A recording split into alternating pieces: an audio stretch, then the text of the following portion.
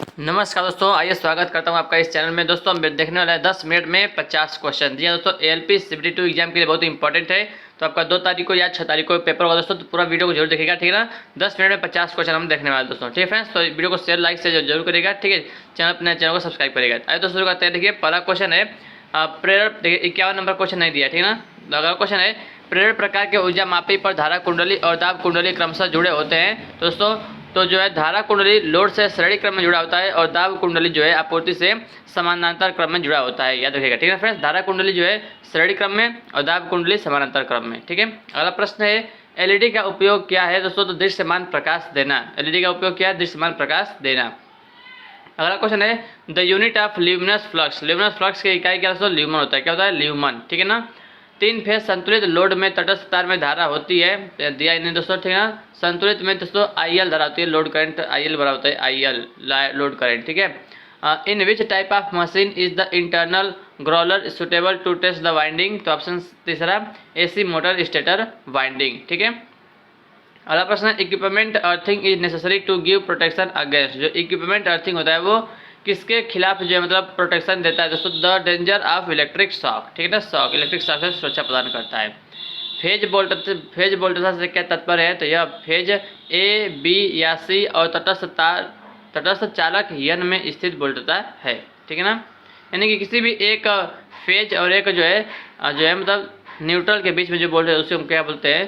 Phase voltage बोलते हैं, ठीक है ना। और लाइन वोल्टेज क्या होता है? 2 फेजों के बीच में जो वोल्टेज होता है उसको हम लाइन वोल्टेज कहते हैं, ठीक है।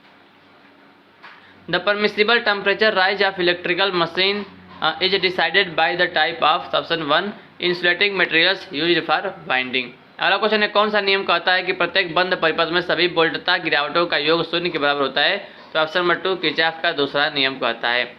अगला क्वेश्चन है कि निम्नलिखित में से क्या AC मोटर की विद्युत श्रेणी तय करता है? तो ऑप्शन नंबर 2 ध्रुवों की संख्या तय करता है AC मोटर की विद्युत श्रेणी, ठीक है ना, ध्रुवों की संख्या। अगला क्वेश्चन है यहाँ पे इसका ऑप्शन ही नहीं दिया है, ठीक है ना। अंतर ध्रुव यानी कि इंटरपोल के लिए होते हैं। तो ऑप्शन नंबर 4 कम्यूटेटर पर स्पार्किंग को कम करने के लिए होते हैं इंटरपोल। एक डायोड में डायोड के क्षतिग्रस्त हुए बिना उसमें से धारा प्रवाहित होने वाली धारा को क्या कहते हैं? अधिकतम अग्रेसित वृद्धि धारा कहते हैं। अगला प्रश्न है the method of charging a battery when the battery is charge at a very low rate is called. क्या कहते हैं उसको? ट्रिकल चार्ज मेथड कहते हैं उसको। अगला प्रश्न है निम्नलिखित में से क्या 3 फेज प्रेरण मोटर में घुर्णक को संचालित करने का एक कारण है? तो ऑप्शन नंबर 3 स्टेटर और घुर्णक चुंबकीय क्षेत्र के बीच अन्योन्य प्रक्रिया, म्यूचुअल इंडक्टेंस, ठीक है। तो the thermal class and temperature for mica glass fibre and asbestos जो है एज पर IS 1271/1985 इज। तो क्लास भी 130 डिग्री सेल्सियस, ठीक है। फॉर प्लेट अर्थिंग, जो प्लेट अर्थिंग दोस्तों पूछ रहा है कि थिकनेस ऑफ गैल्वेनाइज्ड आयरन या steel plate should not be less than. तो 6.3 mm से लेस नहीं होना चाहिए, ठीक है। कह रहे हैं यहाँ पे दोस्तों कह रहे हैं कि कौन सा मतलब सामग्रियों का कौन सा वर्ग 225 डिग्री सेल्सियस तक जो है तापमान सहन कर सकता है? तो C वर्ग जो वो 180 से अधिक करता है, C वाला, C वर्ग, ठीक है ना। सार्वत्रिक मोटर की गति किसके व्युत्क्रमानुपाती होती है? तो लोड के व्युत्क्रमानुपाती होती है। सक्रिय शक्ति को किसमें मापा जाता है? तो किलोवाट में मापा जाता है। इंपॉर्टेंट है, किलोवाट में मापा जाता है, ठीक है ना। अगला क्वेश्चन है स्क्वायरल केज प्रेरण मोटर की तुलना में सर्पी वाला यानी स्लिप रिंग प्रेरण मोटर के निर्माण में क्या है? तो ऑप्शन नंबर 2 रोटर 3 फेज परिवेष्टन द्वारा कुंडलित होता है और स्टार में जुड़ा होता है। अगला क्वेश्चन है एक अच्छे जनरेटर के लिए व्यावसायिक दक्षता का मान हो सकता है? तो अधिक से अधिक 95% तक हो सकता है। अगला क्वेश्चन देखते हैं which are the following is not an advantage of a universal motor. Option number 4 it can operate at very high speed and air noise is present. तो ये इसका एडवांटेज नहीं है। बाकी जो तीनों है it can be operated on DC and AC supply, सही है। It develops very high starting torque, ये भी सही है।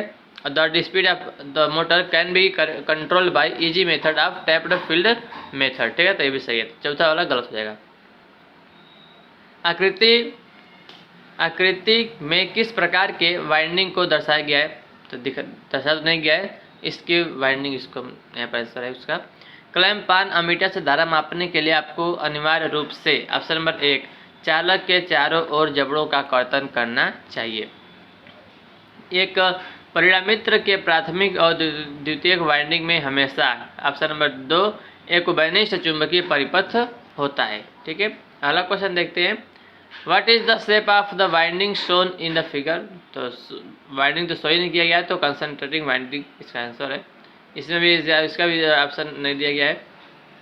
निम्नलिखित में से कौन सा एक पृथक रूप से आवेशित जनित्र का लाभ नहीं है।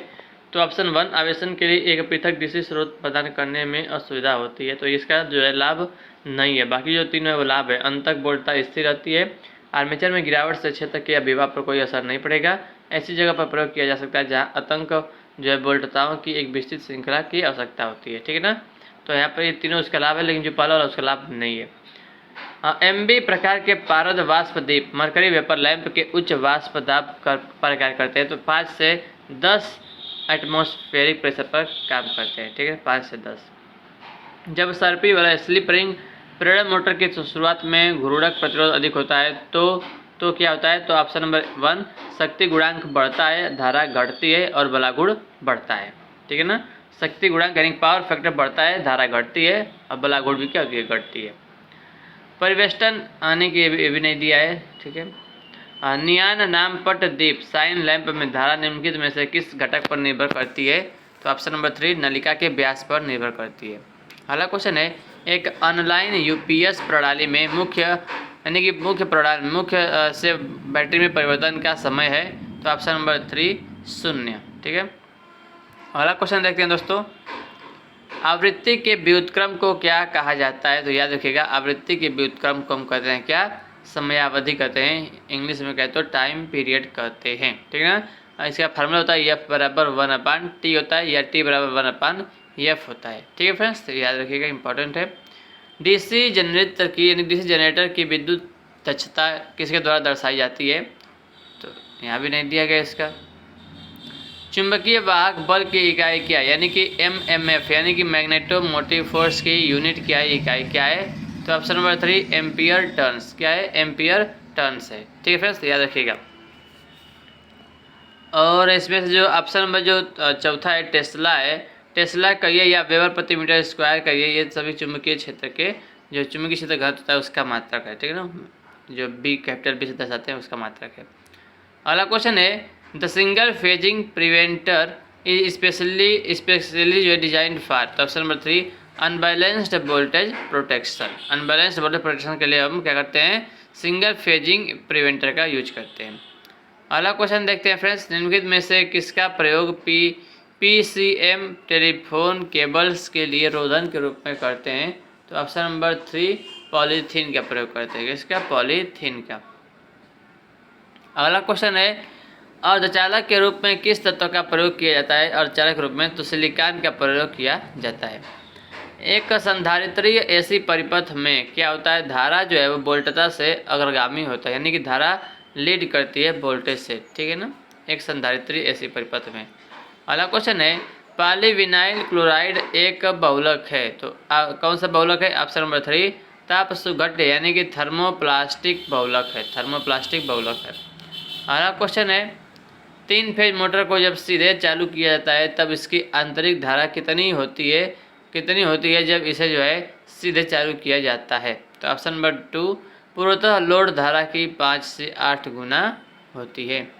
अगला क्वेश्चन है, निम्नलिखित में से किसमें सर्वाधिक प्रबल चुंबकीय क्षेत्र होता है। सर्वाधिक जो है प्रबल चुंबकीय क्षेत्र होता है। ऑप्शन नंबर 3 लौह अखरोट के चारों ओर कई पार्श्व वाली तार कुंडली में होता है। ठीक है, अगला क्वेश्चन देखते हैं दोस्तों, क्वेश्चन नंबर 96 डीसी परिपथ डीसी मशीन के किस भाग में ईएमएफ प्रेरित होता है। तो ऑप्शन नंबर 4 आर्मेचर परिवेष्टन यानी कि आर्मेचर वाइंडिंग में जो है वो ईएमएफ प्रेरित होता है। अगला प्रश्न है, किसी परिपथ में प्रेरकत्व प्रदान करने के लिए निम्नलिखित में से किसका प्रयोग किया जाता है। प्रेरकत्व प्रदान करने के लिए तो ऑप्शन नंबर 2 चोक का प्रयोग किया जाता है। अगला क्वेश्चन दोस्तों देखते हैं, testing of a wiring installation for insulation resistance is done to ensure that. Option number 3 leakage current beyond the stipulated value does not flow to the earth. ठीक है, अगला क्वेश्चन है, वोल्टता नियंत्रित विद्युत आपूर्ति में किस प्रकार के डायोड का प्रयोग किया जाता है। तो ऑप्शन नंबर 4 जेनर डायोड का। लास्ट क्वेश्चन है सिटीज आर जो है classified into 5 types, which type of CT principle is used in a clip on or clip off ammeter. तो रिंग टाइप सिटी। दोस्तों यहाँ पे हमने 10 मिनट में 50 क्वेश्चन हम लोगों ने देख लिया दोस्तों, ठीक है ना। ऐसा ही अगला वीडियो भी आपको जो है 10 मिनट में 50 क्वेश्चन के लिए मैं आपको करा दूंगा, ठीक है दोस्तों। तो और आप चैनल पर पहली बार तो चैनल को सब्सक्राइब करेगा, वीडियो पसंद है वीडियो को लाइक करेगा। ठीक है friends, thank you so much video को देखने के लिए आप लोगों का बहुत बहुत धन्यवाद। मिलता है नेक्स्ट वीडियो में। जय हिंद, जय भारत, वंदे मातरम।